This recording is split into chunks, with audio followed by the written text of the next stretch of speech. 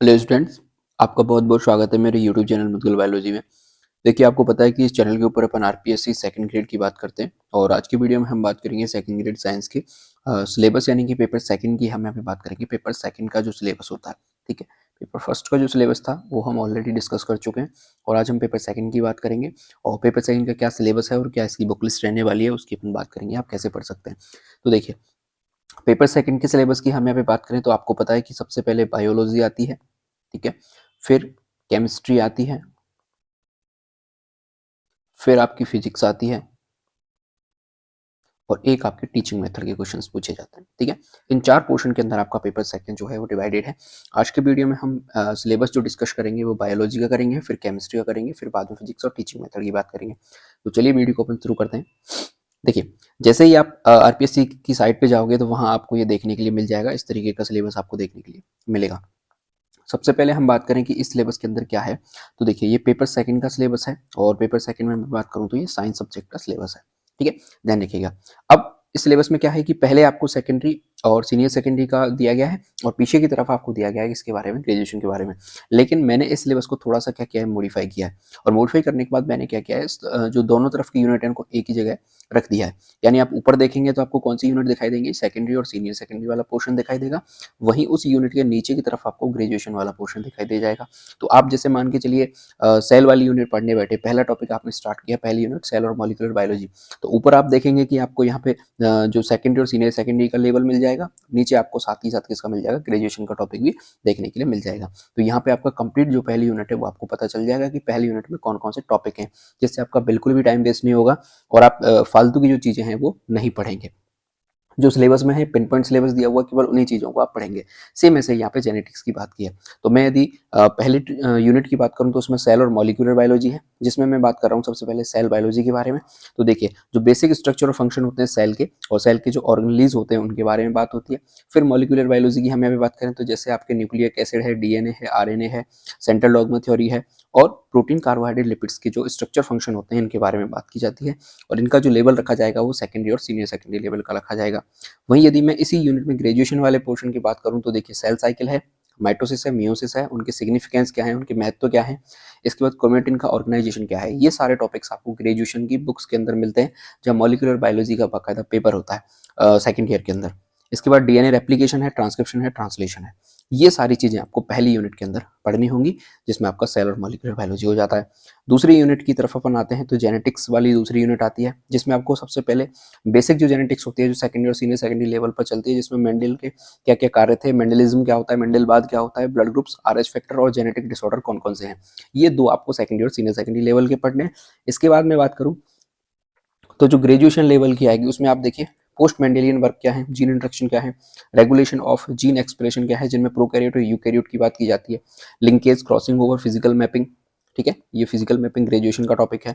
इसके बाद sex determination, sex linked inheritance, maternal inheritance, mutation और क्रोमोसोमल एवर्शन, ये सारे आपके ग्रेजुएशन के टॉपिक रखे जाते हैं। ये मैटरनल इनहेरिटेंस है, ये आपको ग्रेजुएशन में देखने के लिए मिल जाएगा, आप उसको सेकेंडरी और सीनियर सेकेंडरी लेवल में नहीं देखते हैं, ठीक है। चलिए, ऐसे ही मैं तीसरी यूनिट की बात करूँ तो तीसरी यूनिट में क्या है कि टैक्सोनॉमी रखी गई है मैंने, और फोर्थ यूनिट में मैंने आपको यहाँ पे इकोलॉजी के बारे में बताया है। तो टैक्सोनॉमी की हम यहाँ पे बात करें तो देखिए, बेसिक जो टैक्सोनॉमी है उसमें 5 किंगडम सिस्टम के बारे में आपको पढ़ना है, जिसमें एनिमल किंगडम की हम बात करें तो प्रोटोजोआ से लेकर कॉर्डेटा, और प्लांट किंगडम की हम यहाँ पे बात करें तो एल्गी से लेकर एंजियोस्पर्म तक आपको कंप्लीट टैक्सोनॉमी पढ़नी होगी। दूसरी हम बात करें यदि ग्रेजुएशन लेवल पे क्या पूछा जाएगा, तो जो टैक्सोनॉमिक कलेक्शंस के जो मेथड्स होते हैं वो आपसे पूछे जाएंगे। इसके बाद जो एनिमल किंगडम है, केवल जो एनिमल किंगडम है वो आपको क्लास लेवल तक लेके जाना है। प्लांट किंगडम की बात नहीं की गई है, केवल एनिमल किंगडम को आपको कहाँ लेके जाना है, क्लास लेवल तक, यानी कि वर्ग तक आपको पढ़ने होंगे, किस जंतु का कौन सा वर्ग है, यहाँ तक आपको पूछा जाएगा, ठीक है। चलिए, इसके बाद चौथी यूनिट में बात करें अपन इकोलॉजी और एनवायरमेंटल बायोलॉजी की।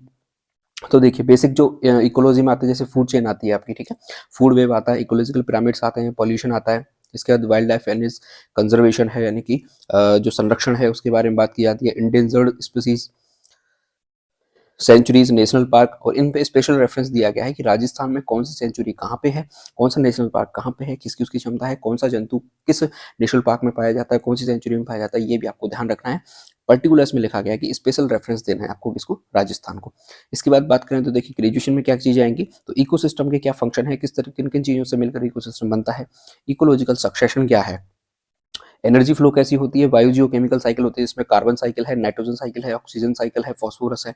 इसके बाद जो मेजर बायोम्स कौन कौन से हैं वर्ल्ड के, रेड डाटा बुक क्या है, एनवायरमेंटल लॉज कौन कौन से हैं, मेजर एनवायरमेंटल इश्यूज जिसमें हम बात करते हैं ग्लोबल वार्मिंग का क्या प्रभाव पड़ता है, ग्रीन हाउस इफेक्ट क्या है, एसिड रेन क्या है, अल नीनो प्रभाव क्या है, लानिनो प्रभाव क्या है, ओजोन का जो क्षरण हो रहा है वो क्या है, डिफॉरेस्टेशन क्या है, कार्बन इमिशन और रेडिएशन हैजार्ड, ये सारे क्या है मेजर एनवायरमेंटल इशू है। इनमें से छोटे छोटे क्वेश्चन आपसे देखने के लिए मिल जाएंगे और ये टॉपिक भी छोटे छोटे हैं, ज़्यादा इनमें टाइम वेस्ट आपका नहीं होगा। ठीक है, तो ये 4 यूनिट आपकी कंप्लीट हो गई। 5वीं यूनिट की हम बात करें तो देखिए बायोटेक्नोलॉजी 5वीं यूनिट आती है, जिसमें बेसिक जो बायोटेक्नोलॉजी है वो ऊपर आपसे 11th-12th के स्टैंडर्ड में पूछी जाती है, जिसमें आरडीएनए टेक्नोलॉजी यानी कि रिकॉम्बिनेंट डीएनए टेक्नोलॉजी, उसके टूल्स कौन कौन से हैं, उसकी टेक्निक्स कौन कौन सी हैं, जीन क्लोनिंग क्या होता है, क्लोनिंग वेक्टर्स कौन कौन से हैं, डीएनए एम्प्लीकेशन किसे कहते हैं, और पीसीआर के बारे में पूछा जाएगा। ठीक है, पीसीआर क्या होती है आपको कंप्लीट टॉपिक देखने के लिए मिल जाएगा, मैंने भी इस पर वीडियो बना रखी है। इसके बाद बात करें देखिए बायोटेक्नोलॉजी जो आपको ग्रेजुएशन लेवल में, उसमें जेनेटिक इंजीनियर है, जीन ट्रांसफर टेक्निक्स कौन कौन सी हैं, इसके बाद प्लांट और एनिमल टिश्यू कल्चर कौन कौन से हैं, जीएम क्रॉप्स कौन सी होती है, और बायोटेक्नोलॉजी की जो एप्लीकेशन है वो एग्रीकल्चर में क्या एप्लीकेशन होते हैं, मेडिसिन में यानी कि दवाई के क्षेत्र में, औषधि के क्षेत्र में क्या एप्लीकेशन है, और जो ट्रांसजेनिक एनिमल और प्लांट्स होते हैं कौन कौन से हैं, और डीएनए फिंगरप्रिंटिंग क्या है, एथिकल इश्यूज, और बायोपायरेसी किसे कहते हैं। तो ये छोटे छोटे टॉपिक्स हैं ये सारे, और ये भी आपको क्लियर करने हैं, ध्यान रखिएगा। इसके बाद बात करूँ तो आपको एक अगली जो यूनिट आएगी वो माइक्रोबायोलॉजी है, जिसे मैं 6 यूनिट यहाँ पे दूंगा। और माइक्रोबायोलॉजी के अंदर पूरे आपको eukaryota, prokaryotes, virus, bacteria, mycoplasma, lichens, इनके बारे में पढ़ना है। इनसे बाहर कुछ भी आपसे नहीं पूछा जाएगा, यानी कि ये 6 माइक्रोबायोलॉजी के यानी कि 6 माइक्रो ऑर्गेनिज्म है, इनके बारे में आपको डिटेल में पढ़ना है।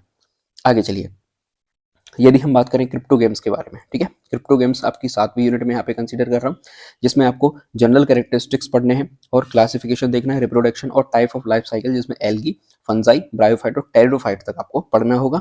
इनका क्लासिफिकेशन पढ़ना है, इनमें रिप्रोडक्शन किस प्रकार से होता है और इनकी लाइफ साइकिल को आपको कंप्लीट पढ़ना होगा।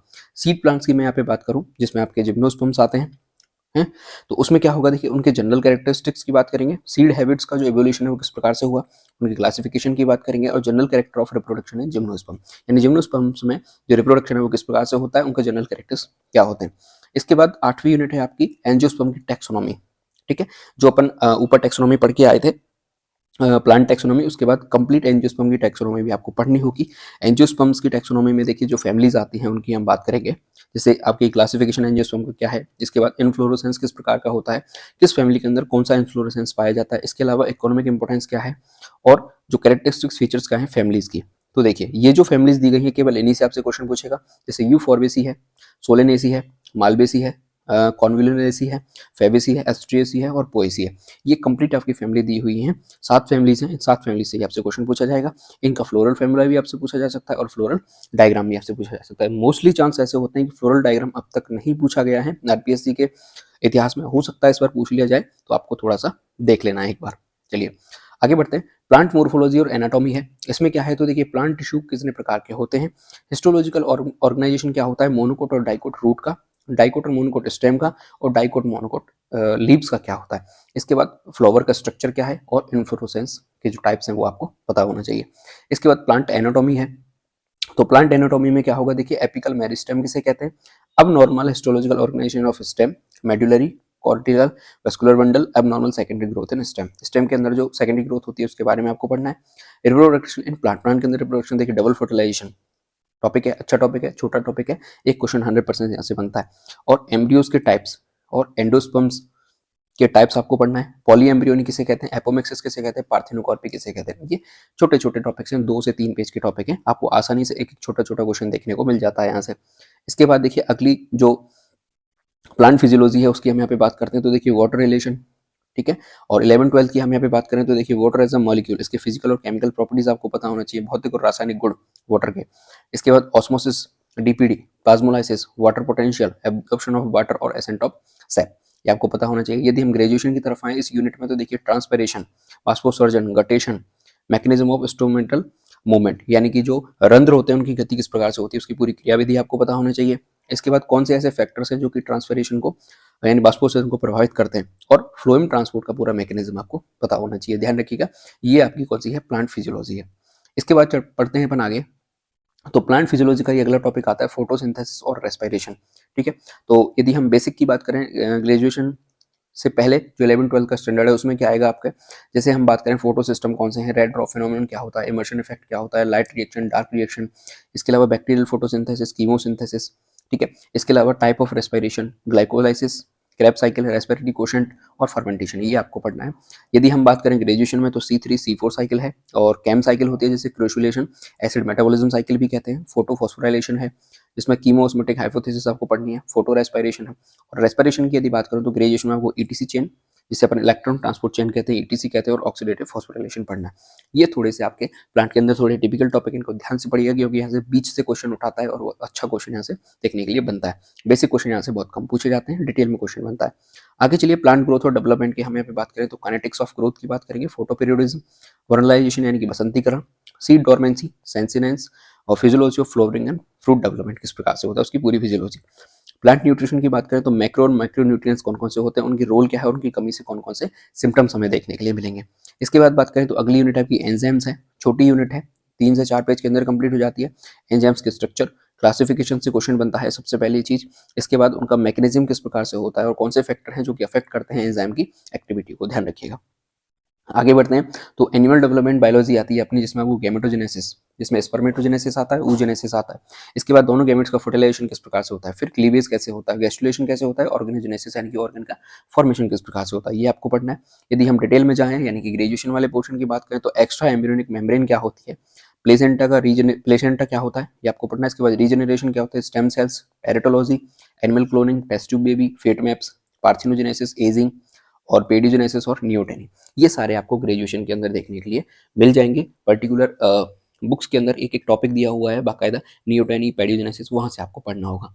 इसके बाद बात करें यदि हम कंप्लीट ह्यूमन फिजियोलॉजी की बात कर लेते हैं तो ह्यूमन एनाटॉमी और फिजियोलॉजी में आपको सबसे पहले ह्यूमन टिश्यू का स्ट्रक्चर और फंक्शन पता होना चाहिए। इसके बाद सारी फिजियोलॉजी में जो सिस्टम्स आते हैं जैसे डाइजेस्टिव सिस्टम है, स्केलेटरी सिस्टम है, रेस्पिरेटरी सिस्टम है, सर्कुलेटरी सिस्टम है और नर्वस सिस्टम, ये सिस्टम आपको पढ़ने होंगे। इसके अलावा कोई भी सिस्टम आपको एक्स्ट्रा नहीं पढ़ना है, ठीक है।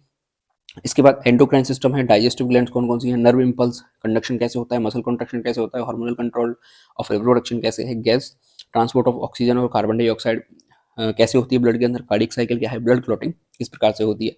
वही ह्यूमन हेल्थ की हम यहाँ पे बात करें तो ह्यूमन के अंदर न्यूट्रिशन कैसा है, कॉमन की ह्यूमन डिजीज कौन कौन सी है, वैक्सीनेशन क्या होता है, इम्यूनिटी किसे कहते हैं, tissue and organ transplantation and bio treatment technique कौन कौन सी है। तो ये भी आपकी थोड़ी बड़ी यूनिट हो जाती है, इसको ध्यान से पढ़िएगा। आगे बढ़ते हैं तो अगली यूनिट आती है हमारे सामने एवोल्यूशन, ठीक है। एवोल्यूशन में देखिए लैमार्किज्म क्या होता है, डार्विनिज्म कैसा है, नेचुरल सिलेक्शन किसे कहते हैं, एडेप्टेशन क्या है, नियो डार्विनिज्म है, नियो लैमार्किज्म है, concept of species and speciation है, ये ध्यान रखिएगा। इसके बाद इकोनॉमिक जूलॉजी, ये नया टॉपिक जुड़ा था 2022 में, इसको वापस यहाँ से रख दिया गया है एज इट इज। तो जो प्रोटोजोआ है, एलिड्स है, इंसेक्ट है और मोलस्का है, इन सबकी इकोनॉमिक इंपॉर्टेंस क्या है, ठीक है, ध्यान रखिएगा। इसके बाद बीज और मंकी यानी कि मधुमक्खी और जो बंदर होते हैं उनकी सोशल लाइफ किस प्रकार से होती है, ये आपसे क्वेश्चन यहाँ से पूछा जाएगा, ठीक है, ध्यान रखिए। अब देखिए अपन बात कर लेते हैं एक बार बुक लिस्ट के बारे में कि यदि आपको बायोलॉजी की प्रिपरेशन करनी है तो बुक्स आपको कौन कौन सी सेलेक्ट करनी चाहिए, ठीक है। तो देखिए सबसे पहले यदि मैं बेसिक की बात करूं तो बेसिक आपको जो आरबीएससी की बुक्स होती हैं, ठीक है, अभी तो एनसीईआरटी कंसीडर की जाती है लेकिन पहले आरबीएससी की बुक चलती थी 11-12 की, वो आपको यदि कहीं से मिल जाती हैं तो आप ले लीजिए। एनसीईआरटी की बुक आपको चाहिए वो तो मिल ही जाएंगी, वो आप यहाँ से पढ़ सकते हैं। यदि मैं बात करूँ आरबीएससी की बुक की, आपके पास 11th क्लास की है तो बहुत अच्छी बात है, 12th क्लास की है तो भी बहुत अच्छी बात है। यदि ये दोनों नहीं है तो आप मुझे टेलीग्राम पे मैसेज कर सकते हैं। वैसे तो टेलीग्राम पे क्या है ऑलरेडी अवेलेबल है चैनल पे, आप दोनों जाके देख सकते हैं। 12th की अवेलेबल है, 11th की अवेलेबल नहीं आपको मिलती है तो आप मुझे टेलीग्राम या फिर व्हाट्सएप पे मैसेज कर सकते हैं, ठीक है। और व्हाट्सएप नंबर मेरा ही मैं आपको यहाँ पे प्रोवाइड करा रहा हूँ। कॉल ना कीजिएगा, केवल आप यहाँ पे व्हाट्सअप मुझे कर सकते हैं और मैं आपको 11th की और 12th की दोनों ही पीडीएफ आपको प्रोवाइड करा दूंगा। क्या प्रोवाइड करा दूंगा, पीडीएफ प्रोवाइड करा दूंगा। आप वहाँ से इनकी प्रिंट आउट निकलवा के पढ़ सकते हैं। प्रिंट आउट नहीं भी निकलवाना चाहते तो आप पीडीएफ से जैसे भी आपको सूटेबल हो आप वो चीज़ें पढ़ सकते हैं। आरबीएससी की बुक मैं बता रहा हूँ जो पहले चलती थी, इसमें फ़ायदा क्या है, आरबीएससी की बुक की जो लैंग्वेज है वो थोड़ी सी ईजी है एज कम्पेयर टू इसके एनसीईआरटी के। तो दोनों ही बुक की पीडीएफ मेरे पास अवेलेबल है, आप वो ले सकते हैं, ठीक है। तो पहली चीज़ तो आपको ये कंसीडर करनी है। दूसरी यदि मैं बात करूँ, आपके पास जो आप कोचिंग कर रहे हैं, ठीक है, जो भी कोचिंग कर रहे हैं उसके नोट्स आपके पास अवेलेबल होने चाहिए। यदि नहीं है तो उत्कर्ष में जो प्रथम नहाटा सर पढ़ाते हैं, कौन से प्रथम नहाटा सर पढ़ाते हैं, उनके नोट्स मेरे पास पीडीएफ जो है वो अवेलेबल पड़ी है, आप मुझे मैसेज कर सकते हैं तो ये भी मैं आपको पीडीएफ जो है अवेलेबल करा दूंगा। बायोलॉजी की मैं यहाँ पे बात कर रहा हूँ, कंप्लीट जो बायोलॉजी के नोट्स है वो मेरे पास पड़े हुए हैं, ठीक है। तो कोचिंग के नोट्स आप जिस भी कोचिंग से कोचिंग कर रहे हैं उसके नोट्स आपके लिए सफिशिएंट है। मैं बता रहा हूँ यदि किसी भी बच्चे के पास नहीं है तो इसकी पीडीएफ मेरे पास अवेलेबल पड़ी है, मैं वो आपको प्रोवाइड करा दूंगा। तीसरी चीज यदि आप ग्रेजुएशन की बात करूं मैं यहाँ से, तो ग्रेजुएशन में जो बुक्स चलती हैं सीबीएच की पब्लिकेशन आती है, एक आरबीडी पब्लिकेशन आती है। ठीक है, इन दोनों पब्लिकेशन की बुक हैं जो कि ग्रेजुएशन में चलती हैं, या फिर मैं बात करूं कॉलेज की जो बुक आती हैं उनमें ये चलती है। ठीक है, तो वहां से आप पढ़ सकते हैं। अब इसमें होगा क्या कि यहाँ से आपको जैसे कोई टॉपिक जो है वो फर्स्ट ईयर के अंदर है, कोई टॉपिक सेकंड ईयर के अंदर है, कोई टॉपिक थर्ड ईयर के अंदर है, तो वहां से आपको क्या करना है, हर पेपर से निकाल के एक एक टॉपिक पढ़ना पड़ेगा। ठीक है, एक एक पर्टिकुलर टॉपिक आपको पढ़ना पड़ेगा। यदि आपके पास ये बुक अवेलेबल है तो बहुत अच्छी बात है, वहां से आप देख सकते हैं। यदि अवेलेबल नहीं है तो मैं क्या करूंगा, धीरे धीरे जो छोटे छोटे टॉपिक्स हैं जो 1 से 2 पेज के अंदर आ जाते हैं उनकी मैं पीडीएफ बना के टेलीग्राम चैनल पे जरूर से आपको प्रोवाइड करा दूंगा, बुक्स के जो पीडीएफ है, जिससे आपको बुक्स जो है वो परचेज नहीं करनी पड़ेगी और आपको वहां से देखने को मिल जाएगा। फिर आप करोगे क्या, जैसे ही पीडीएफ आपके पास अवेलेबल आ जाए आप अपने सेल्फ के नोट्स बना सकते हैं, जिससे आपको थोड़ा सा ईजी हो जाएगा और वहां से आपको क्वेश्चन भी देखने के लिए मिल जाएंगे। ठीक है, तो ये सिंपल सी चीज जो है आपको मैंने स्टडी के लिए बता दी कि आपको पढ़ाई किस तरीके से करनी है, इस तरीके से आपको पढ़ाई करनी है। ये 3 ही मटेरियल आपके लिए क्या होंगे, सफिशियंट होंगे। आगे मैं बात करता हूँ यदि ये प्रैक्टिस की बात करें, यदि हम यहाँ पे कि ये तो आपने स्टडी कर ली, लेकिन इसके अलावा मैं प्रैक्टिस आपको बहुत जरूरी बताता हूँ हर बार, क्योंकि प्रैक्टिस आपको करनी पड़ेगी। जब तक आप प्रैक्टिस नहीं करोगे तब तक आपका ये सारा पढ़ा पढ़ाया बिल्कुल कोई काम नहीं आएगा, क्योंकि पढ़ा आप थ्योरी कितनी भी लीजिए लेकिन यदि आपने प्रैक्टिस नहीं करी तो फिर काम नहीं बनेगा। तो प्रैक्टिस आप कैसे करोगे, एलिन जो कोचिंग आती है उसके मॉड्यूल आप ले आइए पहले नंबर पे, वहां से आपको प्रैक्टिस करनी है। 11th-12th की प्रैक्टिस वहां से बहुत अच्छे से हो जाएगी, ग्रेजुएशन की भी थोड़ी बहुत हो सकती है। इसके अलावा यदि मैं दूसरा पॉइंट बात करूँ, एलिन के क्या लाने हैं आपको, मॉड्यूल्स लाने हैं, वो आपको मिल जाएंगे। यदि एलिन के मॉड्यूल्स आपके पास हैं, इसके अलावा एक यूथ पब्लिकेशन की बुक आती है, यूथ पब्लिकेशन। ठीक है, यूथ पब्लिकेशंस की बुक आती है जो कि वहाँ पे आपको यूपीपीसीएस के क्वेश्चन पेपर मिल जाते हैं। बायोलॉजी की अलग अलग आएगी, यानी कि बॉटनी जूलॉजी दोनों की अलग अलग आती है।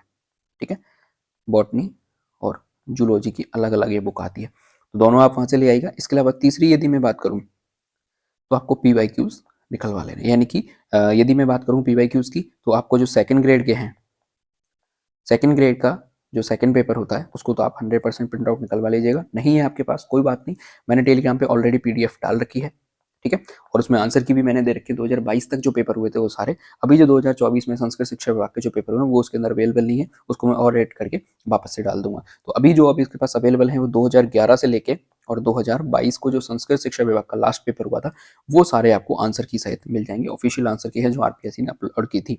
तो इन चीज़ों से आप क्या कर सकते हैं, प्रैक्टिस कर सकते हैं। और प्रैक्टिस के अलावा मैं बात करूँ तो यहाँ से आपको पहले क्वेश्चन देखने हैं कि किस प्रकार से कौन से टॉपिक से कैसे क्वेश्चन बनते हैं, उसके बाद आपको उस प्रैक्टिस को उस टॉपिक को पढ़ना चाहिए। ये मैंने आपको बता दी, बुक लिस्ट भी बता दिया कि यदि आप थ्योरी पढ़ना चाहते हैं तो आरबीएससी से स्टार्ट करें, कोचिंग नोट्स आपके पास हैं, सीबीएस से आप स्टार्ट कर सकते हैं, पढ़ने हैं आपको। इसके अलावा प्रैक्टिस के लिए भी मैंने आपको बता दिया, पीवाईक्यूज पे ज़्यादा फोकस करिएगा, एलिन के मॉड्यूल से आप प्रैक्टिस कर सकते हैं, यूथ पब्लिकेशन की बुक आती है वहाँ से आप प्रैक्टिस कर सकते हैं। आई होप आपको वीडियो पसंद आई होगी। अगर वीडियो अच्छी लगी है तो लाइक जरूर कर दें, चैनल को सब्सक्राइब जरूर कर दें, और आपको बहुत ज़्यादा टॉपिक्स यहाँ पे देखने के लिए मिल जाएंगे, तो आप चैनल को जरूर से सब्सक्राइब कर लें। अपने किसी दोस्त के साथ वीडियो को शेयर कर सकते हैं जो सेकंड ग्रेड की प्रिपरेशन आपके साथ कर रहा है। इसके अलावा देश से प्यार करें, माता पिता से प्यार करें। जय हिंद।